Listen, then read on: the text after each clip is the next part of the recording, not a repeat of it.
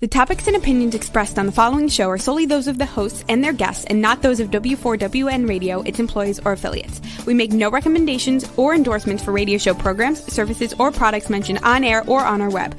No liability, explicit or implied, shall be extended to W4WN Radio, its employees, or affiliates. Any questions or comments should be directed to those show hosts. Thank you for choosing W4WN Radio. Are you ready to take a journey? Let's connect with the healers of the world. It's that time. It's time for the Language of Healing on W4WN Radio and Talk 4 TV. Now here's your host, Dr. Nicole Fortin. Hello, everybody, and welcome to the Language of Healing. You're tuning in on W4WN.com and Talk 4 TV. This is the Women for Women Network, and where we're sharing all sorts of goodness for your heart, soul, body, mind. Today, we're diving in a little bit more into that seasonal shift. And, you know, cycles are always happening, changes are always happening. So it's really a matter of how we respond and take that in, how we move forward.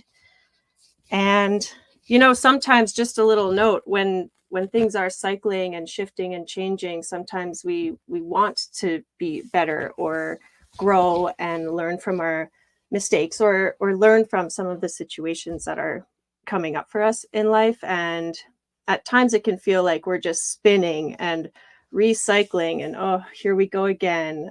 This time it's happening like this again. But it's not so much of a circle. We're like always constantly spiraling, and we're always evolving. So even if you're revisiting something, it has a different perspective. So now we're in the fall season in the Northern Hemisphere, of course. And this is naturally a time where we go inward, reflection. Oftentimes people at this time of year will reflect and say, whoa, where did the year go? And have I done what I wanted to do this year?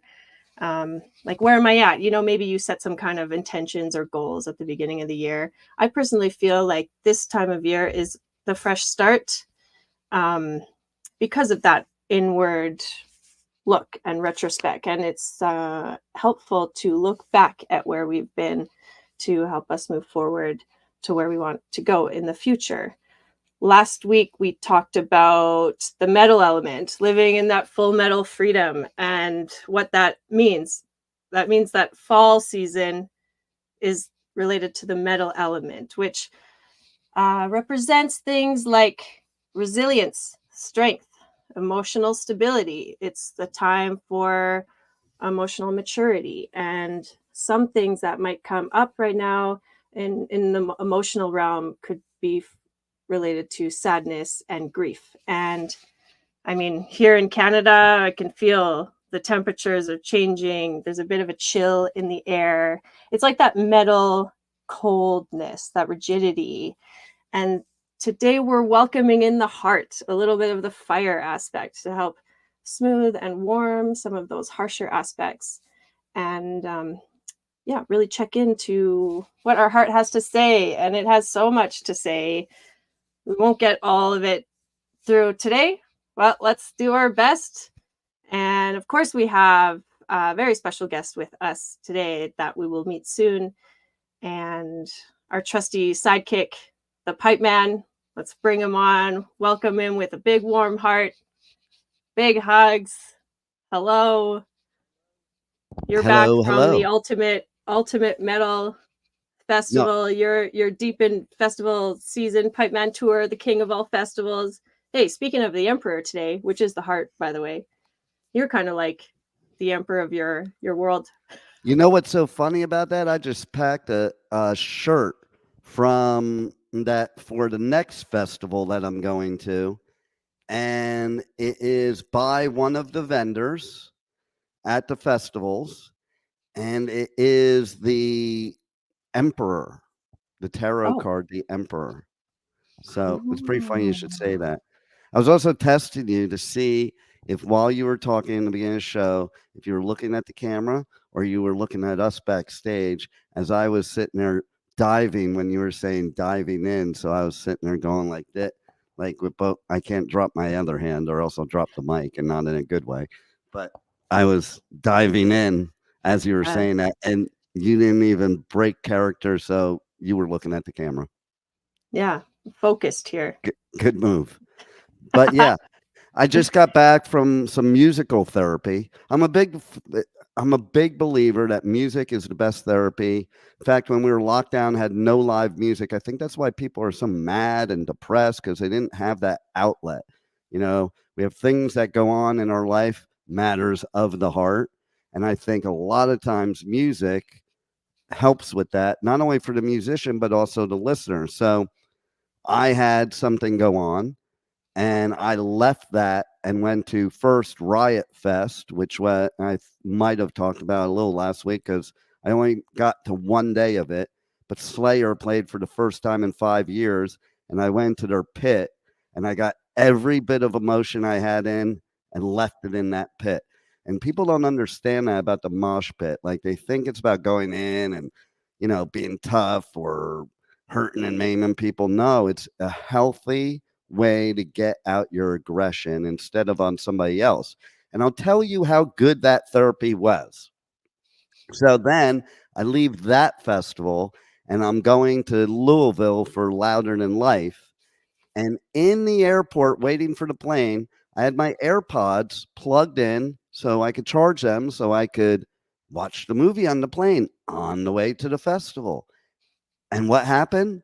Somebody next to me, lovely manners of people in 2024, decides to didn't ask, didn't say anything, while I'm not looking, pull my plug out and plug his back and plug his in. Okay. Now, I didn't notice at first because I was actually on the phone on my AirPods, and he just unplugs it like while I'm not looking. Wow. Luck for him, I went to Slayer the night before and was in that mosh pit because all I did was look at him, like a look on my face, like, really? Didn't say a word, ignored it, didn't get arrested, which was probably might have happened had I not been in that Slayer pit, because all those emotions that I left in the pit would have been inside me, plus him touching my things without asking and invading my space. Could have ended badly without music therapy. With music therapy, Yeah. I made it to Louder Than Life instead of the Chicago police station, maybe. And then Louder Than Life was cool. Here's another thing. Okay, so I'm the type of person that when there are matters of the heart that are negative, I dive into work because you go into a different mode when you're working. So A, you change your mindset. B, you don't have time to think about those other things that are bothering you. So while I was sitting there doing interviews, I think by the way, I came back to Florida. I'm in Florida today because I had to get away from the hurricane. Like, okay. It didn't hit Florida here. got hit. No? Not here, but it did in Louisville. We had the second day of Louder Than Life was canceled because we were in a hurricane. Okay. Wow. But on those other days, like, I did so many interviews that I had no time to think about anything negative in life. And because of that, it gives you more of a euphoric feeling that helps you to cope with matters of the heart. Everybody does it differently. That's my way. That's a lot of people's ways. Now, there's very much different ways to handle those things, some healthier than others, some not so much. But our expert guest will probably give us even more insight. She'll probably give me crap too for like doing the whole avoidance thing, but that's okay. But I think we should bring her on and let's talk about her spin on matters of the heart and anything else that she wants to talk about. Yeah. Let's bring her on, Dr. Frances Gatt. Hello. Yay. So we got Dr. Frances Gatt. Hello. Yes. Yeah. We're very lucky. Do you have any thoughts? I mean, you bet. little thoughts. I know. I knew she did. As you were talking, Dean, and you were saying, "Oh, I put myself into my work," and on the Huberman Lab podcast, there was some talk about heartbreak, and one of the things that came up is that your brain becomes very motivated. That there's a part of your brain that gets triggered with heartbreak that gets you motivated to do more stuff, to get going, typically to work out or get very physical, to become more attractive to possible mates, maybe. So that's interesting that you kind of work through it. You're like, okay, I'm just going to keep pushing through because there's this sense of motivation that the brain kind of triggers. So I thought that was kind of interesting that you said that. You know what else is interesting? Is one of the bands I interviewed, the lead singer is also a therapist. Okay, very cool. So we even talked therapy. Yeah, so we even talked about it in the interview. I don't think he thinks my way is a healthy way, personally. I think it's different for everybody. I think healthy way is not like a cookie cutter thing. You know, I think everybody's different. Everybody's different. I know that the other people affected by the same scenario I was talking about, they're the females in my family, and then I have my son in my family. My son and I were just talking recently, and it's like he deals the same way. They, on the other hand, are like immersing in their negativity to the point where after I left, there were scenarios that went on that I think were not healthy. And I think me personally, doesn't mean it's right, what's right for different people, but me personally, immersing yourself in that negativity only creates more negativity, and people blow up and get into fights and get into arguments and lose their crap.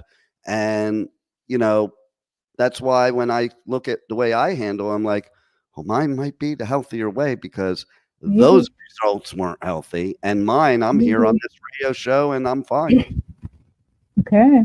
I think a lot of people like the physicality of moving through things. Like you're dancing, you're singing, you're participating in the mosh pit. And for females, maybe there's a lot of talk therapy that goes on. Mm-hmm. Whereas sometimes even with males, when we talk about, you know, hardships, trauma, heartbreak, they tend to want to move through it physically with the physical aspect. But that's not, you know, that's not linear either. Everybody's very different. Music therapy, I think everybody can benefit. That is a great point, though, because I do think I'm a big believer in men and women speak different languages, and that doesn't just mean verbally. Our brains process thoughts differently, right? Females' thoughts cross the corpus callosum. Male thoughts typically run front to back. So the way that we process thoughts, feelings are inherently different, typically. Yeah. What do you have to say, Doctor? Me? Yeah. Or Dr. Gatt? No, Dr. Nicole Fort. Yeah, I mean, there's like what I think about is that either way, that energy wants to move, and it inspires us because like that, say heartbreak, for example, or loss, or even moments of joy, like it's like it moves the energy, you know, and one way or the other. Like, so I think it is about developing healthy boundaries and stuff like that. I think it's very fascinating how men and women do process things differently, and our brain structure is different. And even, you know, from a Chinese medicine perspective, everything is yin, yang, qi, blood. There's like, those are the most simplest form of how we look at the body or how we approach life. Is, are they balanced? Are they, you know, is one higher than the other? But like women are more blood, you know, which means like more material, more yin, more deep introspective emotion feeling. So like it's much easier to get into that space, where men are more governed by qi, which is immaterial. It's like air movement, you know. So yeah, it's like it's a constant dance between the two. We obviously have both of them, but Yeah, so maybe you release your stress through moshing or punching something, or women will like want to dive into like the talking and the feeling and the crying and then I don't think it's right or wrong. It's just a different way to No, move that it's just energy because if it gets stuck, like this is also a point where sometimes those emotions get stuck, repressed, and that's where like things like depression show up. And I think heartbreak can show similar symptoms of depression. So it's like having an outlet is healthy. and I think there's different ways people process that too, because of the fact that, you know, some people like myself that maybe don't live in it, they never, you never have that trauma of it holding it in because you are working through it. You're just not working through it outwardly. Okay. And there's a difference. And perfect example I was thinking of while you're talking is they talk about the 5 stages of grief. And I was Mhm. just talking about this with my son today. And like, basically, I go straight to acceptance. Now, that doesn't mean what people don't understand is that doesn't mean you don't go through all the cycles. It's just like bam, bam, bam. I'm not going to spend a lot of time on these negative ones and then just go through the acceptance because men always want to move on. We want to solve the problem, you know? And like you said, women, they want to talk about the problem. Men don't want to talk about the problem. We just want to solve the problem, move on. And so on the other hand, the other side that doesn't process that way doesn't understand the way I'm talking about either, because a lot of times the people that do it the opposite way, they recycle those 5 stages of grief over and over and over again. And so, again, neither way is wrong. It's what's right for you. It's like I've told my daughters several times, you need coping skills for things. They don't have to be my coping skills, but find the one that works for you. Like everybody has their coping skills. It's not cookie cutter. We can, all 3 of us, generalize, but everybody's an individual. What we're saying about men and women doesn't apply to all men and women either. Yeah, absolutely. Yeah. Do you Well, and need Dean, I know just from like a little side note, because I've known you for some time, and I know you have been through lots in your life, and the way that you handle it, and that's you're very metal. Like you definitely, cultivate that strength and resilience, and it's admirable. And thank you for joining us and being here and sharing your 2 cents, especially on the women's network, because it's nice to have that other perspective. yeah, No, we need some Yeah. I young. agree. I Yeah. agree. Like I always say, I was saying this to somebody recently. If I want to know about women, I don't ask men. And then I think I told one of my daughters recently, same thing. Like, if you want to know about men, don't ask a woman. Like, it's like you should ask the source because we can speculate. I can think I know as much as I want to think I know about women, but I've never had to walk in life as a woman. So I can't really 100% know. It's all just a guess. Yeah, and just like you're the guy that took your plug out, like everyone's coming into life with a different, like just different playing field, and I see that as a very metal quality too, like rude, harsh, a little bit Yeah, he's lucky he selfish. didn't get strangled with my cord, because that's what I was really thinking. Yeah, yeah. Oh my goodness. No, you handled that well. So what else, Dr. Gatt, like happens in our body when we're going through okay, so there's like the heart and the Shen connection. Okay, Maybe you want to talk a little bit about that because yeah, the heart is seen as like the emperor or the empress. It's like what governs like the beat of the heart is what sets the pace of our life, yeah. and let's hear more about that. Yeah, let's talk about the Shen a little bit, Yeah. which is like the spirit mind. It's your consciousness. It's your everyday mental well-being, how you present yourself, your eye contact. It also kind of governs the other spirits, right? So there's 5 spirits, 5 elements, and the Shen is the spirit of the heart. But there's all these 4 other spirits or like the metal element, where it's the Po, the spirit of the lung, the breath, the corporeal soul. And any way you hash it out, the Shen impresses on all of those other four spirits. It's governing all of them. When we talk about grief of the lung, and we're talking about the Po, we can talk about heartbreak, we can talk about death. Doesn't really matter. The Po is the first soul to show up during conception, and I guess it's always kind of trying to make it back to the ground, is how I see that. So when we look at situations where people are careless, suicidal, something like that, that's the Po, that's the lung, that's the metal element. So I think it's interesting that the Shen is our everyday mentality, but also governs all the other spirits, the intellect, the Yi, the Ji, the willpower. What am I missing, Jericho? The Hun. The Hun. Oh, my favorite. The ethereal soul. Yeah, the ethereal souls. Ethereal. And like, yeah, so like the Hun and the Po kind of are opposite of each other, because the Po, the lung, the metal element, is Great like the corporeal. It's like real and true. It's material. And then the Hun, the liver, the anger, or the generosity aspect of life is more ethereal. It's like immaterial.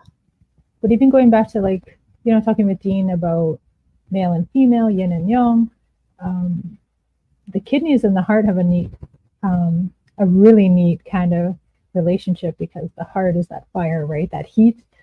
The kidneys are that cooling water.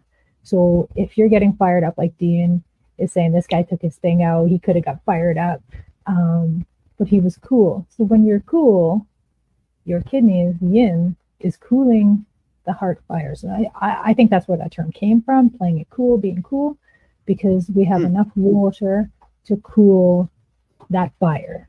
And so there's your kind of basic yin yang of your whole body. So those two organs, I feel like, are really important.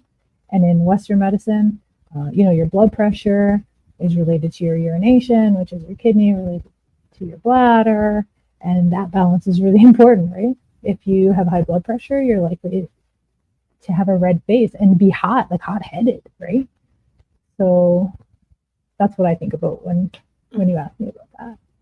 Thank you for explaining my ex-wife. Is she the yang or what? No, she has high blood pressure, but now it all makes sense. Yeah, right? Who's the yin? Well, I mean, that could be like a quality of women, because, we do kind of, like, yeah.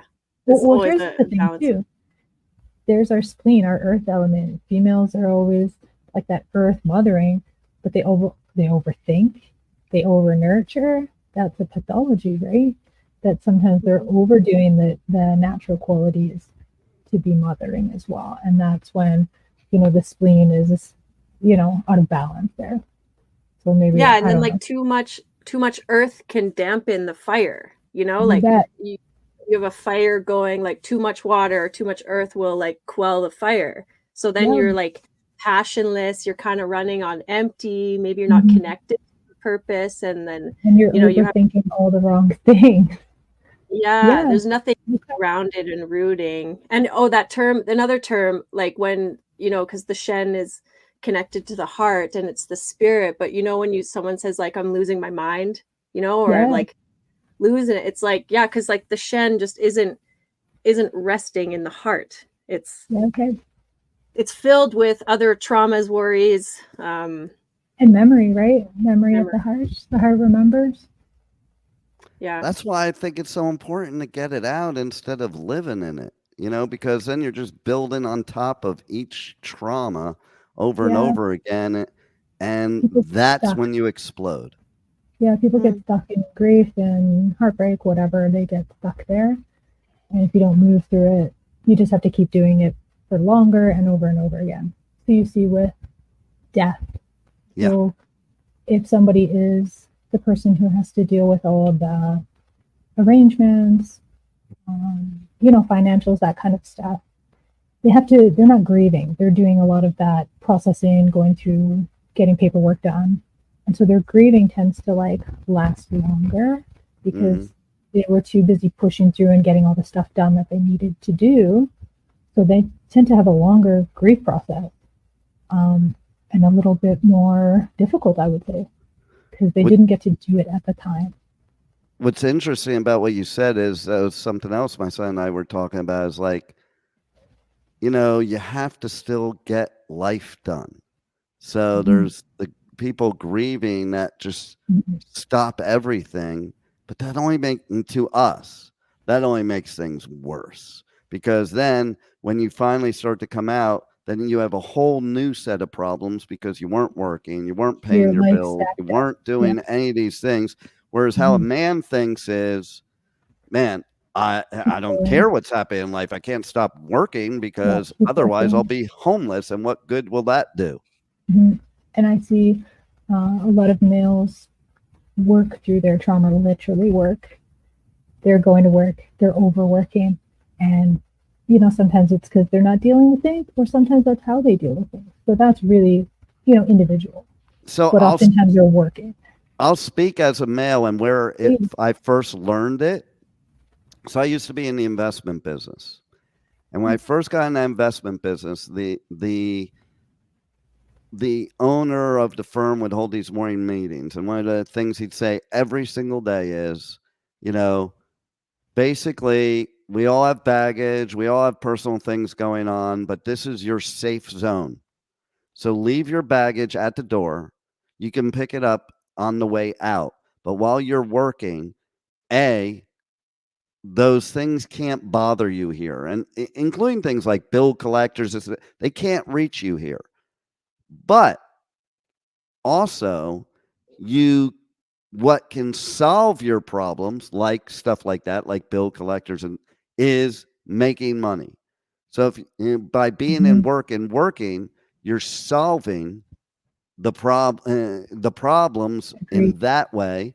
And it doesn't mean you're not having the problems or focusing on. That's why I say pick it back up when you go home. So like you're trained as a male in most male dominated industries, you're trained to have zero feeling of personal life in work. That's your safe zone and your escape and your solving of problems.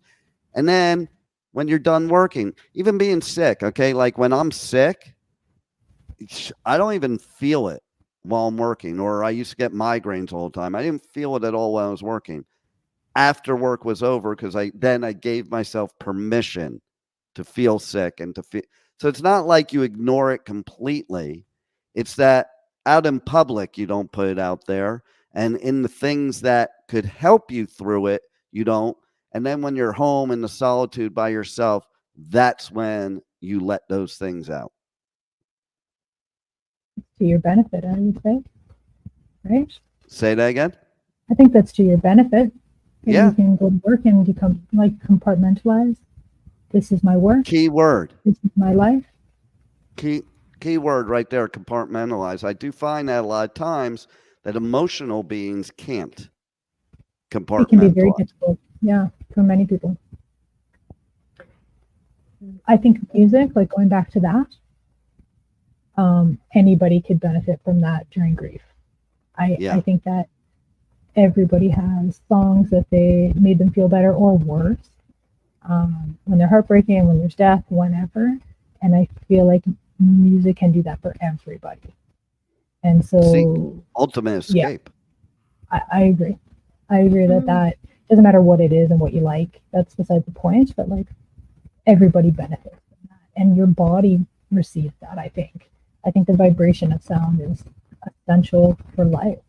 Yeah. You know, moving your lymphatic system, moving the blood. So much of music comes from like moments of pain or joy or life experience. So it's literally resonating with you, right? Like someone else has walked this path before, and you know, we might just be in it now. And you know, in like the Taoist alchemical acupuncture world, because it's like acupuncture and Chinese medicine is sort of like alchemy. You're turning something into something else. And music is a very like metal quality, like it's in that category of activities that support the metal element, which is like the lungs, the large intestine, the grief, the sadness, you know, or that harshness of life. But then, you know, we bring in something like the heart, which is about joy and passion and purpose, and like that warms those things. So when you're, you know, a musician, or when you're like in that moment, you're just like this effortless flow that helps move I, things. And I'll even, music therapy is amazing. I'll even Okay. take the music a step further from even talking to musicians in interviews, and we talk about it all the time. So the key to a really good song is you write the song based on your own meaning and your own trauma or whatever it is, and the person listening to it can apply their own to it. So a good musician is not trying to make everybody experience the same thing. It's just experiencing it. That's the key in your own way, and what meaning you put to it, you know, and how it affects your life. And like, even if you talked about Taylor Swift, it's obvious that she gets through her heartbreaks with guys through writing her songs, because pretty much every song's about every relationship she's ever had, you know, and that's how she, in my opinion, deals with that pain and produces something positive out of it. Same with like, yeah, or, you know, like artists. Oh, this is kind of interesting. You know, like artists, musicians included, might get really creative in the nighttime. Maybe this will go a little like off, but you know, because if we're talking about like the heartbreak and the kind of tougher parts of life, that's like the metal element, and the opposite of that is like the creative liver, like spring season, like abundance, blossoming. So to get into that space to help balance, you know, because like we're always looking for balance amongst, so you can, if you're in one spot, stuck in one spot, just look to the opposite area, you know, and like feed in some of those qualities. I don't know if I'm. You feel like music gets put into 5 elements. Like I think that there's songs that are like, you feel the heart, you feel the fire, and then some songs you feel the anger, you feel that liver, and so I think you can kind of compartmentalize them into like, you know, elements. Here's the grief, you know, I hear it, you feel it inside. When people sing, you feel their grief. Yeah. Or you, like an artist, like a painting or something, you can sense that. Like, well, that's the thing with music too. It's a full sensory experience. It's not just the music. It's a full sensory. In fact, when I was in college taking a music class, they said the way to write a hit song is to appeal to all types of people. And to expand on that, the song must appeal to auditory, visual, and kinesthetic people. And if you can hit all 3 of those people, you basically hit everybody, you know, because everybody has that, you know. The beat is like your heartbeat, you know, and so if you can get people to feel a beat, like really feel it in their hearts, then I feel like you're likely to get them to really enjoy that song. Yeah, or that like kinesthetic part when you know the beat's gonna drop, or you know that there's like just and then you just.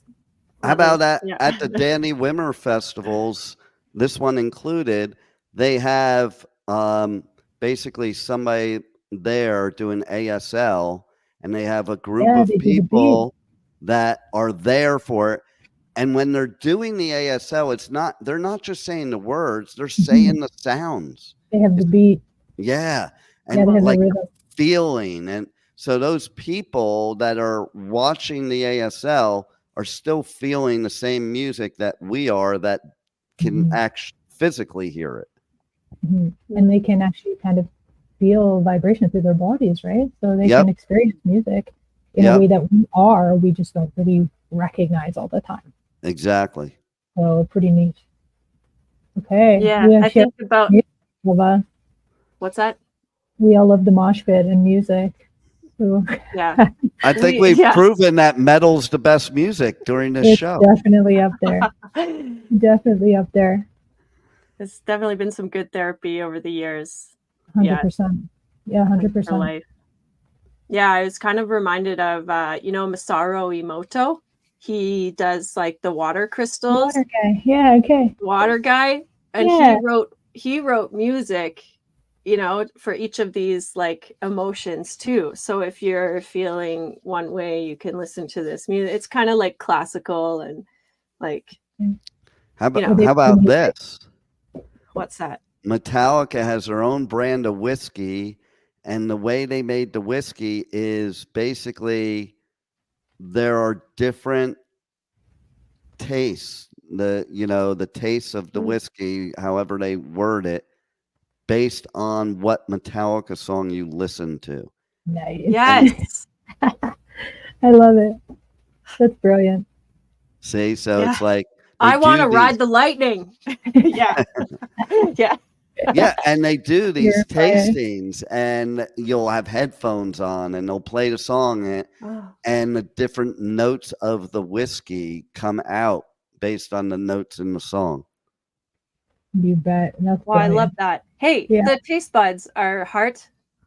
Yeah, the Is that mouth. right? And Yeah, the tongue, mouth. which is kind of, correlates with the fact that love, joy, you tend to sometimes use your tongue.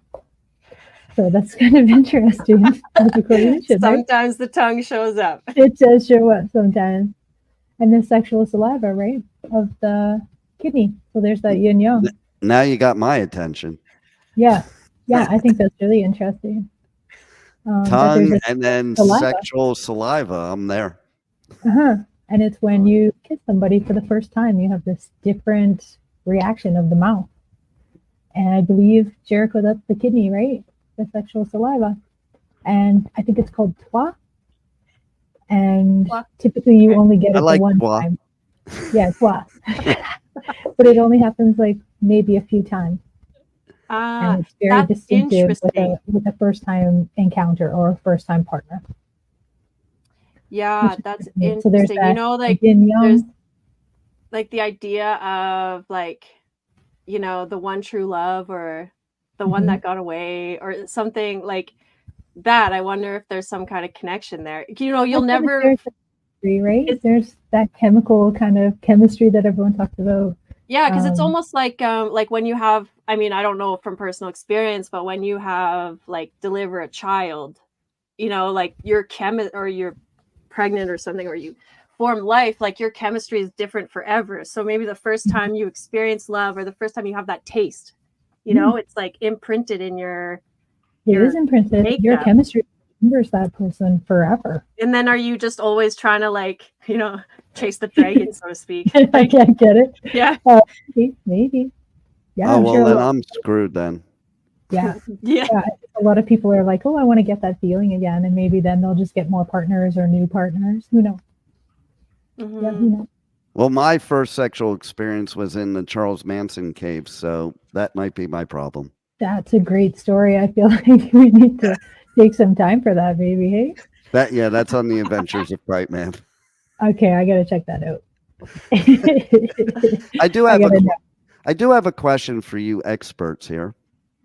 So we talk about the organs, and so like in Western medicine, one of the things that really bothers me is how quick, more so now than ever, they are to take organs out of the body, or that they say the organ doesn't serve any purpose. Well, if it didn't serve a purpose, it wouldn't be there to begin with.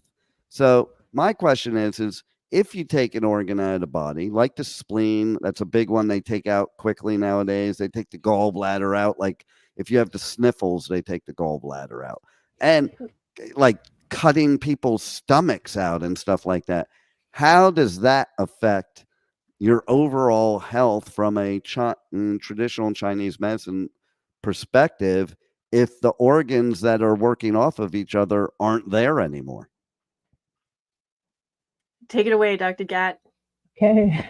Something will always have to do more work, right? If the gallbladder is out, something else has to work harder to accommodate that. If the spleen comes out, the liver takes up that job. As far as TCM is concerned, we're cutting through meridians, right? If you're doing surgery, Yeah. You've cut through an energetic kind of pathway. Yeah. And then you're putting it back together, but obviously it has to reattach and heal itself. So we kind of have to help the body say, okay, this is your attachment. This is where you're supposed to go. It's also very cold in operating rooms. So when, you sew people up and you suture them, all that cold air is inside this. So all the tissue is contractile. It's very tight. It's cold. It's protective. And the blood's not flowing excessively, which is, I think, why they do that. Keep it cold so the blood doesn't likely to bleed out or dilate. Yeah. The vessels. There's another reason too. Yes, tell me. Because they do it in prisons too, by the way. Cold is not, contrary to popular belief, cold is not a proper environment for bacteria, viruses, and stuff like that. So like they do that so that not the bacteria won't get inside the body because it's so cold. Same reason in prisons, because there's a lack of medical attention, they keep it real cold so people aren't getting sick. Yeah. Because your spleen actually produces more white blood cells when you're cold. And so you'll see the cold therapies where they put the frozen towels like up to the neck, to the pelvis. Yeah. And a lot of what that does is it pulls blood from the major organs and forces it to recirculate. And our major organs hold blood when we're stressed, which is fairly often. When our, sympathetic nervous system is working, which is, cortisol, all that stuff that people experience all the time, every day. And so it forces it to recirculate. And then the spleen says, okay, it's cold, let's make more white blood cells. So you're likely to have a better immune system if you're a little bit cold. Not like cold plunging, that's like a whole different thing. But definitely to be physically cold is to improve your immune system. That's why Canadians are so hardy. Yeah. Well, and that the fallacy of flu season and cold season being during the winter, it's not because of winter.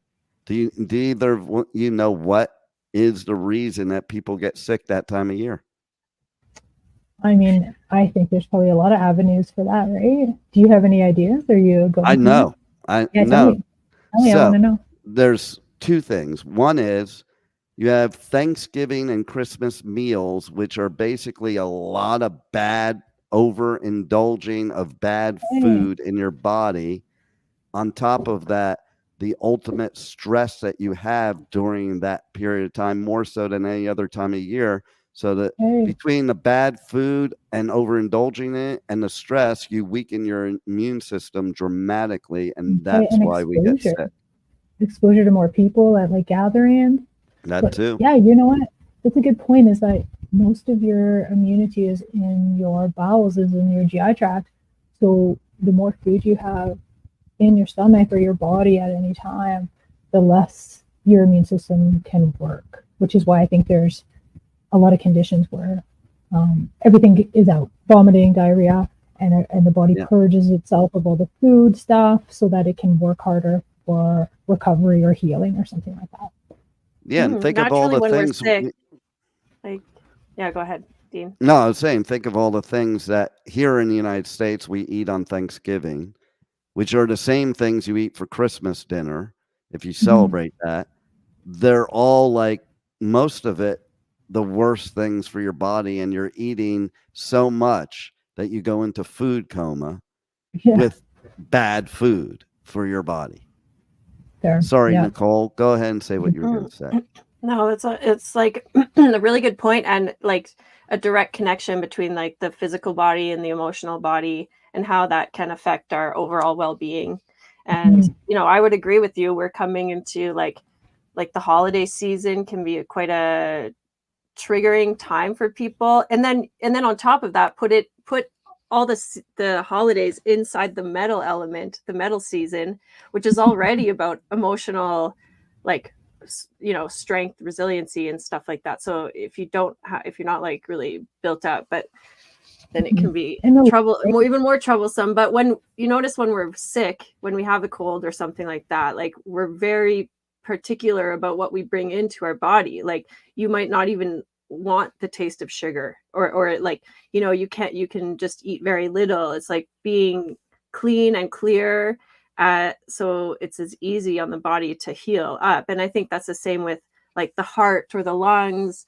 If you're holding on to a lot of like emotions, there's not a lot of room for like growth. And I have lots of respect, like everyone's journey is different and we process things differently, but the more space you can allow in, like to help that stagnation, is the better, right? Because I think the more emptiness we have, we can, like, that brings in more growth, even just like cold is like contracting, freezing, and then suddenly in that lack of movement, like your body is building more. It's like now we have room to build, okay, Guess what, Nicole? This time is up. No, not yet. But What? we got 4 minutes. Less than 4. Yeah. Too fast. What are we doing with 4 minutes? Are we going to say our favorite heartbreak songs, or what are we doing? Yeah. Are you going to sing for us? I'm curious to know what your favorite heartbreak song is, or maybe what is your like guilty pleasure song? Mine or hers? Tell me. Both of you. Anybody, everyone. I can immediately tell you my not heartbreak song, but about heartbreak that hit me. Goes with this show because it's because of the lyrics. But Can You Feel My Heart by Bring Me to the Horizon. Okay, I don't know if I know that. I'm gonna look it up. You gotta read the lyrics of it. Okay. And one of the best lyrics of all times is in that song, in my opinion. And it's basically, I can't drown my demons, they know how to swim. Clever. Okay, I'm going to check that out. I'm so curious, Dean. Maybe we'll have to get into this like another time, but what does that mean to you? Like what pulls you towards that? What do you relate to about that? That lyric or the whole song? Yeah, the lyric. Any of it. The lyric, because it is true. Like, people misunderstand people like me or males in general as we're like just, brushing the feelings aside. That's not what we're doing, okay? Because you really can't drown that's not healthy. Drowning your feelings, your trauma, any of that stuff, that's not healthy. And that's not what people love to think. And I've had stuff said to me before. Burying yourself in work or doing that is drowning your feelings. No, it's not. It's stopping yourself from over obsessing about your feelings. There's a huge difference. That's why you're bringing the baggage back home with you when you go out the door, so you can feel your feelings. You're not drowning them, because they're gonna resurface. If you try to drown them, they're gonna swim up to the surface. And that's why I think that lyric is so brilliant, because it says it all in a few words. No, it makes sense. I think that people stuff their emotions down in many ways, whether it be like through food or drinking, smoking, a variety of other things that release, that dopamine hit, or some kind of anything other than feeling that physical pain. So what's yours, Nicole? Yeah, what do you got? I want to hear Frankie's. Okay. I love song. Descendants, Cameos. I knew that's where you were going with that. Love that. Heartbreak song, Foreigner. I Want to Know What Love Is. Classic. So good. Definitely. Okay. I'm not prepared. Without thinking deeply about it. Yeah. The Descendants were at Riot Fest. I know. I wanted to be at all of those things, including Aftershock, which I wish I could go to. So just get on the plane. So go. We'll see. Oh, that's always a cop out. That's a cop out. That means I'm not going. It means I'll be working. We'll become the mayors of Sacramento. Oh, I can't wait. Yeah. That'd be so We didn't even neat. talk about this tuxedo T-shirt. Okay, tell us the story. Well, I mean, Practicum, time's up now. 'Cause I'll oncology. never probably wear Wait, this. she avoided to set her songs. Yes, that's okay. Yeah. You weren't ready for that. Weren't ready for a song pick. All I think about when I look at you is like Dreamweaver. Classic. I think about you every time I hear that song. I thought she was going to say like Closer to the Heart, because unless it's a Rush song, it doesn't matter. She loves Rush. So you're gonna tell the tuxedo shirt or story or no? Well, what do we got for time here? Or over? I guess we'll You have got to have nothing. you. All right, quickly tell the story. Okay. Okay. Now it's on the spot. Okay. Well, I mean, this is just a funny little story of like, Practicum? you know, In oncology yeah, at the practicum. hospital. Yeah. The practicum. We're all where dressed up wearing white. Yeah, and we go into the our hospital for practicum, you know, and we've got this like professional. not exchange student, but she was like foreign student and who was just very new, like, and I mean, to have us as friends and colleagues, you know, maybe there was like a bit of an extreme example of how people live their lives. But you know, we'll go out like, you know, on the town, like just with this or a fake mustache or something and just have fun. But you know, we're in this professional setting of a hospital and like she shows up a little bit late wearing a tuxedo T-shirt. And it just is like, you know, sometimes I didn't tell the story very well, but it was That's like okay. She didn't realize that was not an appropriate place to wear your tuxedo T-shirt. The question is, were you both wearing the tuxedo T-shirt? We were in lab jackets and we were behaving very well. Because And if you were, she didn't quite grasp the concept of, you know, time and place at that time. yeah, because if pretty you were fun. both wearing the shirts, you would have been the talk of the party. We would have had them under our lab jackets probably and been like, yeah, like incognito Yeah, like- professional. What is it like? What does it say? There's that like Ricky Bobby or whatever. And he's like, I like, you know, I imagine baby Jesus wearing a tuxedo T-shirt. It's like something. All right, well, I don't Ricky Bobby, end the show. Yeah, let's Yeah, okay. We got to go. Thank you so much for joining us today. It was insightful and a pleasure having you with us, and my heart is happy. And I hope everyone just dances through life, through the good, the bad, the ugly, and the blessings. And I guess that's it. Any final words? Check out Pipe Man's show, Avengers of Pipe Man, on Wednesdays, 1 p.m. Eastern Time on W4CY. And the Top 4 TV. other final word should be, make sure to tune into Language of Healing every week at the same time, Tuesday, 2 p.m. Eastern Time on W4WN Radio, the Women for Women Network. Roll it, Juan. There we go. Wow, what a show today. And the journey does not stop here. Come travel the world with Nicole every Tuesday at 2 p.m. Eastern Time as together we become more fluent in the language of healing on W4WN Radio and Talk 4 TV. See you next week.